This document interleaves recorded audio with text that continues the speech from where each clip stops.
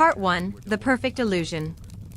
Athena had everything: a successful career, a luxurious lifestyle, and, most importantly, a husband she adored. Mark was charming, intelligent, and the kind of man who made promises that felt unbreakable. For 5 years, they built a life together, filled with lavish vacations, candlelit dinners, and whispered words of devotion. But behind the polished surface, cracks had begun to form, small at first, like whispers in the wind. Mark had been distant lately, his phone glued to his hand, his laughter less frequent. Athena brushed off the doubts, convincing herself that love was enough. Until one evening, when everything shattered. Part 2, The Unraveling Truth. It was a night like any other. Athena arrived home early, eager to surprise Mark with a dinner she had spent hours preparing. But as she stepped into their penthouse, an unfamiliar scent lingered in the air, one that didn't belong to her. Her heart pounded as she followed the trail of soft murmurs leading to their bedroom. With trembling hands, she pushed the door open. There he was. Mark. And he wasn't alone. A woman, one Athena had never seen before, was wrapped around him, their bodies intertwined in a way that left no room for misinterpretation. For a moment, time stood still. Then, as if the weight of the moment crushed her all at once, Athena felt something inside her break. Mark turned, his eyes wide with panic. "Athena, I can explain." But she didn't want his explanations. She wanted the truth. Part 3, Revenge or Forgiveness. Pain turned to rage, and rage into something colder. Athena had spent years building this life, believing in the love they shared. Now, it was all a lie. She had 2 choices: walk away with her dignity or destroy him the way he had destroyed her. But Athena was never the type to lose. Part 4, The Mask Comes Off. Athena stood frozen in the doorway, her breath shallow, her mind racing. The sight of Mark tangled in the sheets with another woman burned into her memory like a scar that would never fade. Mark scrambled to sit up, pulling the sheets over himself as if that would somehow erase the betrayal. "Athena, listen, it's not what it looks like." A bitter laugh escaped her lips. "Not what it looks like. So, what? You tripped and fell into her?" The woman, young, blonde, and shameless, didn't even bother covering herself. Instead, she smirked, as if she had won some unspoken battle. Athena's fingers curled into fists, but she refused to give either of them the satisfaction of seeing her break. Mark climbed out of bed, reaching for her. "Please, I made a mistake." Athena stepped back. "No, Mark. A mistake is forgetting an anniversary. A mistake is saying the wrong name in conversation. What you did. That was a choice. A deliberate betrayal." The weight of her words filled the room with suffocating silence. Part 5, The Price of Betrayal. Athena didn't cry. She didn't scream. Instead, she smiled, a slow, knowing smile that made Mark shift uncomfortably. "You know," she said, her voice unnervingly calm, "I've been the perfect wife. I supported you. I loved you. I protected you." She tilted her head. "Even from yourself." Mark's face paled. "What do you mean?" Athena walked over to the nightstand, picking up her phone. With a few taps, she turned the screen toward him. It was all their text messages, emails, hidden bank transactions.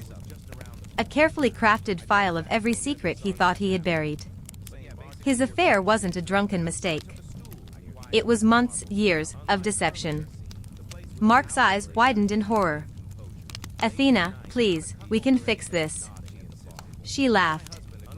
"Oh, I already did. The divorce papers will be on your desk in the morning. And don't bother fighting me for anything." She leaned in, her lips brushing his ear as she whispered, "Because everything you own is already mine." The realization hit him like a punch. Athena had been one step ahead the entire time. She turned on her heel, walking out with her head held high. Behind her, Mark's world crumbled. Part 6, Rising from the Ashes. Athena didn't look back. She didn't need to. As she stepped into the cool night air, a sense of freedom washed over her. She had lost a husband, but she had gained something far more valuable, herself. Some betrayals break you. Others make you stronger. And Athena? She was unstoppable. Part 7, A New Beginning. Athena sat in the back seat of her black luxury car, the city lights flashing past her window. The weight of the past few years had finally lifted, replaced by a quiet sense of satisfaction. Her assistant, Julia, sat across from her, tapping away on her tablet. Everything is finalized. The assets have been transferred, the legal team is handling the last details, and Mark, she smirked. Let's just say he's in for a rude awakening. Athena nodded, her lips curving into a smirk of her own. Mark thought he could betray her and walk away unscathed. He had underestimated her. Her phone buzzed. A message from an unknown number. Mark, you ruined me. Are you happy now? Athena stared at the message for a moment before typing back. Athena, no, Mark. You ruined yourself. She hit send and blocked the number. As the car pulled up to an exclusive rooftop lounge, Athena stepped out, her designer heels clicking against the pavement. The world was still hers for the taking, and she had no intention of slowing down. As she walked through the entrance, a tall, dark-haired man caught her eye from across the room. He raised his glass in silent acknowledgement, a smirk playing on his lips. Athena smiled back. Mark was nothing more than a lesson. A chapter she had closed. Her story was just beginning. Part 8, A Dangerous Game. Athena made her way through the luxurious rooftop lounge, the scent of expensive whiskey and designer cologne filling the air. The atmosphere buzzed with low conversations, flirtatious laughter, and the quiet hum of a grand piano in the corner. She felt eyes on her, the dark-haired man who had silently toasted her from across the room. He was handsome, effortlessly confident, the kind of man who commanded attention without trying. Athena wasn't in the mood for distractions, but something about him intrigued her. As she took a seat at the bar, he approached. Quite the entrance, he said smoothly, setting his glass down beside hers. His voice was deep, steady, a quiet kind of power in his tone. Athena glanced at him with amusement. Should I be flattered or concerned? He chuckled. That depends. Are you celebrating something, or mourning? She twirled the stem of her wine glass between her fingers. A bit of both, I suppose. He studied her for a moment. Then let's drink to endings and new beginnings. Athena clinked her glass against his, a slow smirk forming on her lips. She didn't believe in love anymore. But she did believe in power. And right now, she was very interested in playing the game. What's your name? She asked. The man leaned in slightly, his gaze locked onto hers. Lucas. Something about the way he said it sent a small thrill down her spine. A new beginning, indeed. Part 9, A Shadow from the Past. As the night unfolded, Athena found herself drawn to Lucas in a way she hadn't expected. He was sharp, witty, and, most importantly, he wasn't intimidated by her. But there was something else, something lurking beneath the surface. By the time she left the lounge, stepping into the crisp night air, her phone buzzed again. A restricted number. She hesitated before answering. A low voice filled the receiver. You think it's over? Her blood ran cold. Mark. Athena's grip tightened around her phone, her jaw clenching. It was over the moment you betrayed me. A dark chuckle. You took everything from me, Athena. Did you really think I'd let you walk away that easily? She exhaled slowly, refusing to let him hear her anger. Try me, Mark. You already lost the first round. A beat of silence. Then, a chilling response. This isn't over. The line went dead. Athena stared at her reflection in the car window. She had one, but Mark was a sore loser. And sore losers were dangerous. But so was she. Part 10, The Storm Begins. Athena sat in the back seat of her car, gripping her phone tightly. Mark's words echoed in her mind, "This isn't over." She knew men like him, entitled, desperate, unwilling to accept defeat. But if he thought he could intimidate her, he was sorely mistaken. Her driver pulled up to her penthouse, and she stepped out with a calculated calmness. The city lights reflected off the glass walls as she entered, but the moment she shut the door behind her, a chill ran down her spine. Something felt off. She glanced around the dimly lit space. Everything appeared untouched, yet an unsettling sensation crept over her. Then she saw it, a single red rose resting on her kitchen counter, next to an open bottle of wine. She hadn't left that there. Her pulse quickened. Mark had been here. Athena picked up the rose, its petals soft against her fingertips, but its meaning was sharp as a blade. A message. A warning. Her phone vibrated again. Another restricted number. She hesitated for only a second before answering. "Mark, you're pathetic." A deep chuckle, but this time it wasn't Mark's voice. "You should be more careful who you make enemies with, Athena." Her breath caught. This wasn't just about Mark anymore. She was in the middle of something much bigger. And for the first time in years, she wasn't sure who she could trust. Part 11, The Enemy in the Shadows. Athena didn't sleep that night. Instead, she sat in her office, sipping whiskey, her mind racing. Mark had been reckless, but he wasn't the kind to involve others. If someone else was playing this game, she needed to know who. The next morning, she had a plan. She made a call. Find out everything about Mark, his bank statements, his calls, his movements. And look into anyone he's been meeting lately. Her investigator hesitated. "Athena, there's already a file on him, but there's something you should know." She leaned forward. "Tell me." A pause. "Mark's been meeting with some dangerous people." Her grip tightened around her glass. "How dangerous?" "Let's just say, they don't handle betrayal well." A slow, sharp smile crossed her lips. "Good," she murmured. "Then they'll understand me perfectly." She wasn't just going to defend herself. She was going to strike first. Part 12, A Deal with the Devil. Athena had always believed in control. It was the foundation of her success, the armor that kept her untouchable. But now, the game had changed. Someone else had stepped onto the board, and she needed to know who. Sitting in a dimly lit private club, she waited. The air was thick with expensive cigars and whispered conversations. This wasn't a place for ordinary business. This was where power was traded like currency. Then, he arrived. A tall man with sharp eyes and an even sharper reputation. Gabriel Moretti. A name whispered in the darkest corners of the city. If Mark had gotten himself tangled with dangerous people, this was one of them. Gabriel took a seat across from her, his expression unreadable. "Athena." She met his gaze without hesitation. "I assume you know why I'm here." He smirked. "Mark." Athena exhaled slowly. "I don't care what happens to him. But he's making mistakes, and I don't like being dragged into them."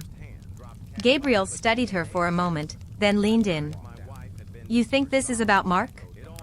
He chuckled, shaking his head. "You're smart, Athena, but even you don't see the full picture." A flicker of unease ran through her. "What do you mean?" He leaned back, swirling the whiskey in his glass. "Mark was useful once. But now? He's desperate, and desperate men make deals they can't afford." Athena's jaw tightened. "And what deal did he make?" Gabriel's eyes darkened. "One that involves you." Part 13, A Betrayal Worse Than Love. The room felt colder. Athena had prepared for Mark's retaliation, but this was something else. Gabriel watched her reaction carefully. You were never just his wife, Athena. You were an investment. And now that investment is valuable to the wrong people. Her fingers curled into a fist. What did he do? Gabriel sighed. He promised something he doesn't have, power. And the only way for him to deliver is if you fall. Athena's blood ran cold. Mark hadn't just betrayed her love, he had put a target on her back. She stood abruptly, her mind already racing through possible countermoves. I assume you're telling me this because you want something in return. Gabriel smirked. I don't do charity, Athena. He leaned forward, his voice lower. But we might have a common enemy. She narrowed her eyes. And if I refuse? His smile was slow, deliberate. Then you'd better hope Mark is a better liar than he is a husband. Part 14, The First Strike. Athena didn't waste time. She knew how to play this game better than anyone. Within hours, her team was in motion, tracing Mark's accounts, his recent meetings, every step he had taken since the moment their marriage began to crumble. The deeper they dug, the worse it got. Mark hadn't just sold her out. He had sold her company's secrets, leaked her financial movements, and worst of all, he had been planning this long before she ever caught him cheating. This wasn't just revenge. This was war. And Athena? She was going to win. Part 15, Checkmate. Athena stood in the towering glass office of her company, overlooking the city that had watched her rise. The war was almost over. She had spent weeks dismantling every piece of Mark's plan, cutting off his allies, exposing his secrets, and leaving him with nothing. Now, all that was left was the final move. Her phone buzzed. Gabriel, it's done. She allowed herself a slow, satisfied smile. Mark had tried to play a game he was never built for. He had sold her out to men who didn't tolerate failure, and now he was paying the price. He had lost everything, his wealth, his power, his protection. And soon, he would lose his freedom. Part 16, The Last Goodbye. Athena arrived at a private location, a high-rise penthouse where Gabriel was waiting. Inside, Mark sat slumped in a chair, his once arrogant face now pale with desperation. Athena, he croaked, I was wrong. I made a mistake. She tilted her head, pretending to consider his words. A mistake? She stepped closer, her heels clicking against the marble floor. No, Mark. A mistake is something you regret. You did this because you thought you would win. He swallowed hard. Please. I lost everything. She leaned in, her voice soft but razor sharp. No, Mark. You lost me. And that was your real downfall. Turning to Gabriel, she nodded. That was all it took. As she walked away, she didn't look back. She didn't need to. Part 17, The Queen Stands Alone. Days later, Athena sat in a sleek, candlelit lounge, sipping her favorite wine. A new beginning was on the horizon. Gabriel slid into the seat beside her. You won. She smiled, twirling the stem of her glass. Of course, I did. He chuckled. And now? She glanced at him, her eyes filled with something unreadable. Now, I build something even bigger. She had lost a husband, but she had gained something far more valuable, absolute power. Athena wasn't just surviving. She was thriving. And nothing could stop her now. The end. Smiling face with horns fire.